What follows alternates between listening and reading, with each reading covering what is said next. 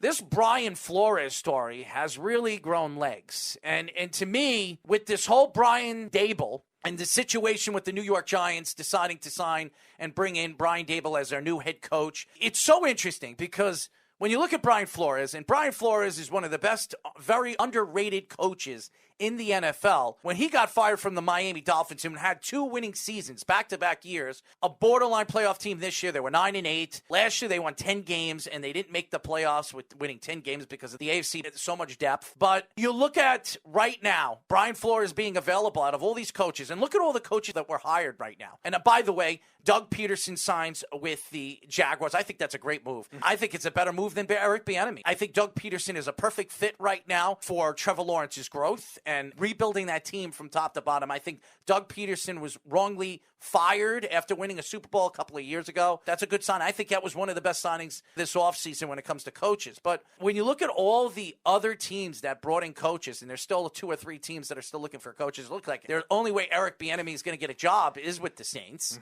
But it's interesting, and I'll tell you why. Because when you talk about Conley going to the Minnesota Vikings, is Conley a big name? Is he somebody that really stands out as an offensive coordinator in the NFL? No. And then you look at Chicago bring in Eberflus. And Eberflus is a defensive coordinator, but you have a rookie quarterback like Justin Fields. And I understand they had an offensive coordinator that they just fired, so they want to bring in a different type of coordinator.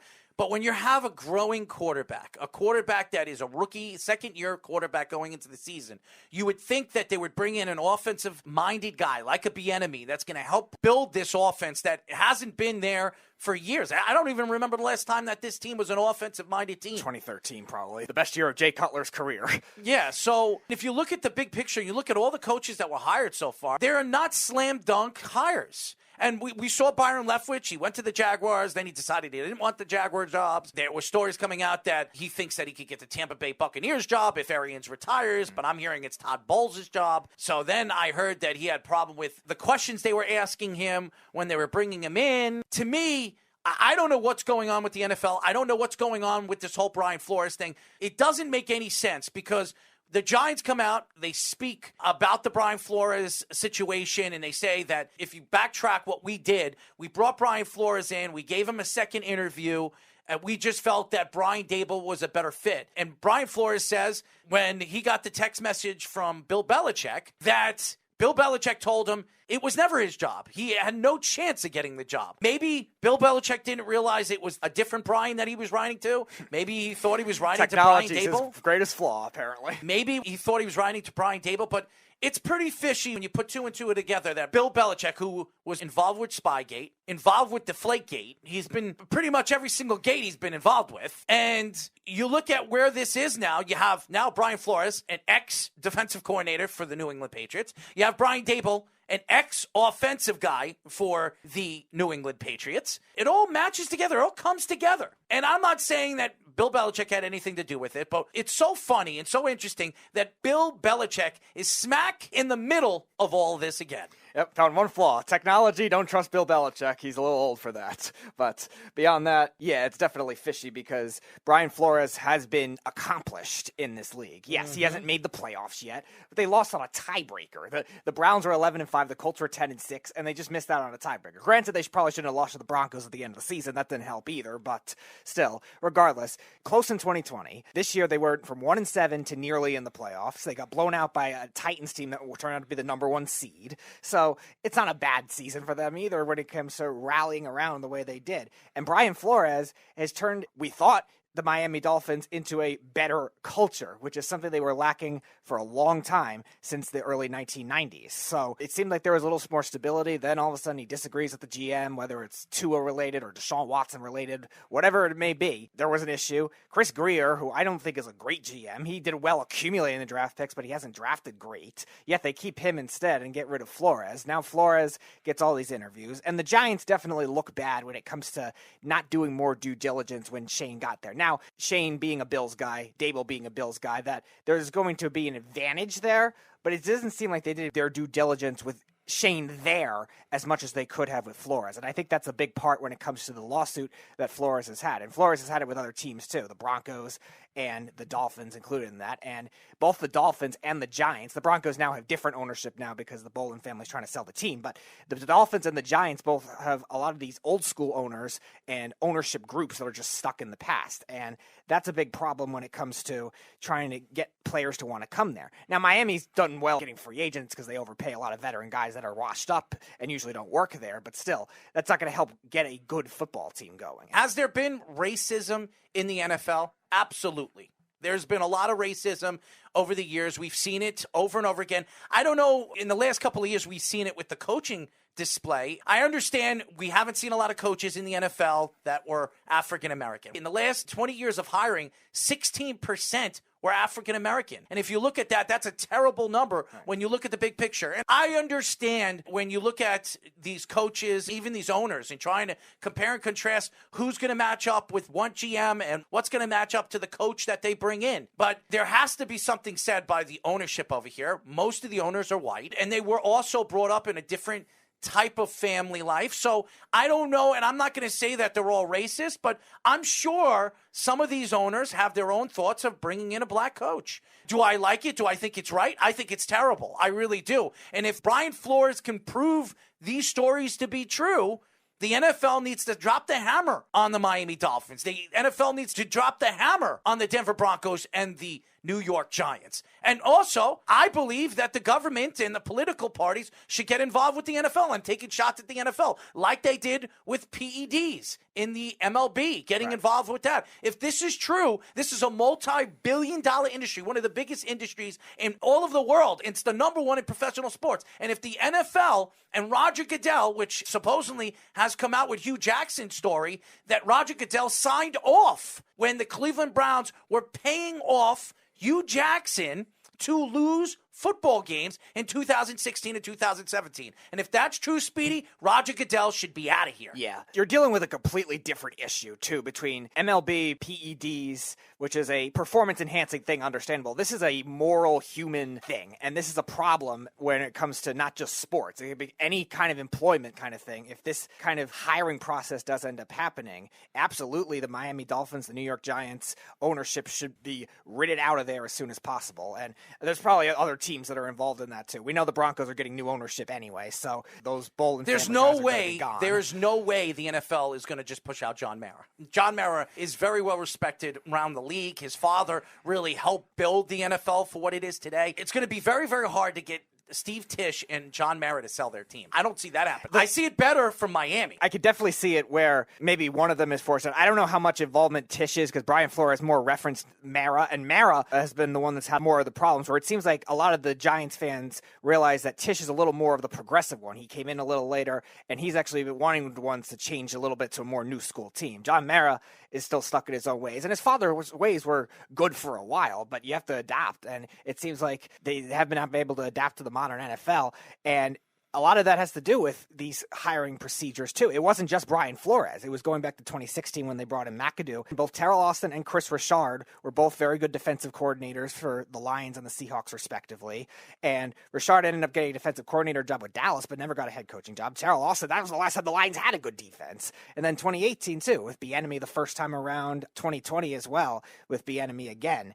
And Eric Studlisser, an offensive coordinator that was also African-American. So you're dealing with a case where the Giants have passed on better candidates, more qualified candidates. Now, granted, not all of them panned out. Like Steve Wilkes, for example, was another one that was brought up. Like, he didn't pan out as a head coach with Arizona, but this doesn't mean he wasn't more qualified at the time than a retread of Pat Shurmur or Joe Judge, who was a special teams coordinator for the Patriots on a Belichick tree that doesn't work. So there's definitely evidence. You cannot fire these coaches after 1 year. It takes a little while. It takes 3 years to develop a team and bring your team to your offense, to your defense, and whichever way you want to mold it into the way you want to play. okay? The fact that Steve Wilkes was fired by Arizona in 1 year is an absolute catastrophe. How many first-year African-American coaches were fired after their first year? I think 4 or 5. A lot of them after their second year, too. Like, they're not even given long tenures when they're there. Todd Bowles, I think, was the last one that had the longest tenure. And Todd Bowles was only 3 years with the Jets, too. So Marvin Lewis was really the only one I could think of. Because he was horrible. Well, yeah, but I'm not saying the other guys were great either. Usually takes you 3 years that's to develop a team and mold a team. Right. Marvin Lewis is probably the only one that got a fair shake at it, where he was there for a long time. And obviously Mike Tomlin, who's still there with the Steelers. But those are the only two, really, that have gotten fair tenures with their respective teams. Jim Caldwell got fired impulsively by the Lions, and we know how dysfunctional they are, too. So who knows if they're going to be the next one that could be involved in this kind of lawsuit, too. And that's, I think, another bigger problem where you have these old-school owners, and the Lions have that same kind of thing, too. The Ford family. They're the same way like Miami and like the Giants, too. So that could be a bigger issue at hand. And you're right. Maybe it could be a league issue, too, if Roger Goodell's letting this kind of thing happen just for money. With the NFL, it's always about money. And how many African-American coaches were hired by the Cowboys? I think if you look all the way down from now, all the way down from the 70s, have you ever seen an African-American coach? One, no. None. And if you look at the New York Giants, do you remember? They never have. There you go. There has never been an African-American for the New York Giants. So these are very highly profiled organizations that are very well known. And I don't know if John Mara is a racist, and I would advise that he's not. I don't know for sure, but I doubt he is. I just think that he knew that the only way he could definitely hire Brian Daboll right off the bat after he became available was interviewing Brian Flores first, because the Rooney Rule comes out and it says that you have to interview at least one African-American minority before you hire a coach. So, unfortunately, this Rooney Rule, as much as you think it's helped the NFL, it's really hurt the NFL, because what it tells you is it forces these owners to have to interview an African or a minority coach. In return, they already know they're not hiring them. So that doesn't make any sense either. So there has to be some kind of deal from the NFL and the players union, or even, is there a coach union? I don't even know if the NFL, there should be a coaching union. At this rate, there might have to be if these things keep happening with qualified coaches that are getting them. And who says these other teams are not finding loopholes and just trying to hire one not as qualified or younger candidate for just to hire them? I'm surprised there's no coaching union. You talk about the players union. The NFL has a union. Why doesn't the coaches? Who's protecting the coaches? Right. I don't understand that either. So maybe the NFL with the new CBA needs to figure out something like that where the coaches are protected, not only with their contracts after they get fired, but also knowing that if you hire them, there has to be some kind of thing in their contract stating they cannot be fired until a 3-year stand in their contracts. Because if you look back and you look at even regular white candidate coaches, they usually get 3 or 4 tenure before they get fired. And if that's the case, the same thing should happen for African Americans or even minorities that coach in this league. It's not fair, and I think the NFL needs to figure this out. And Roger Goodell, if this Hugh Jackson story is true, should be fired. There's no reason for the commissioner, the guy that runs the league, that talks to all the owners, that's involved with all the deals behind the scenes, there's no reason why that he is signing off with another organization, with the Cleveland Browns organization, stating that Hugh Jackson was going to get paid $100,000 every game that he loses because they want to position themselves right. And eventually they fire Hugh Jackson, and then because of Hugh Jackson's record and what he did for the Cleveland Browns for 2 or 3 years, he's never going to get a coaching job again. And look at the organizations that are being targeted in all this. Outside of the Broncos, which have been pretty stable throughout the history of their existence, the Dolphins, dysfunctional for the 21st century. The Giants, dysfunctional since the whole Coughlin debacle, and even stretches in the 90s, too. The Lions. Do we even need to get started with the Lions? And the Browns. Do we even get started with the Browns? Now the Texans are probably another one that's going to be in that mix, because we've seen their ownership group, the McNair family, have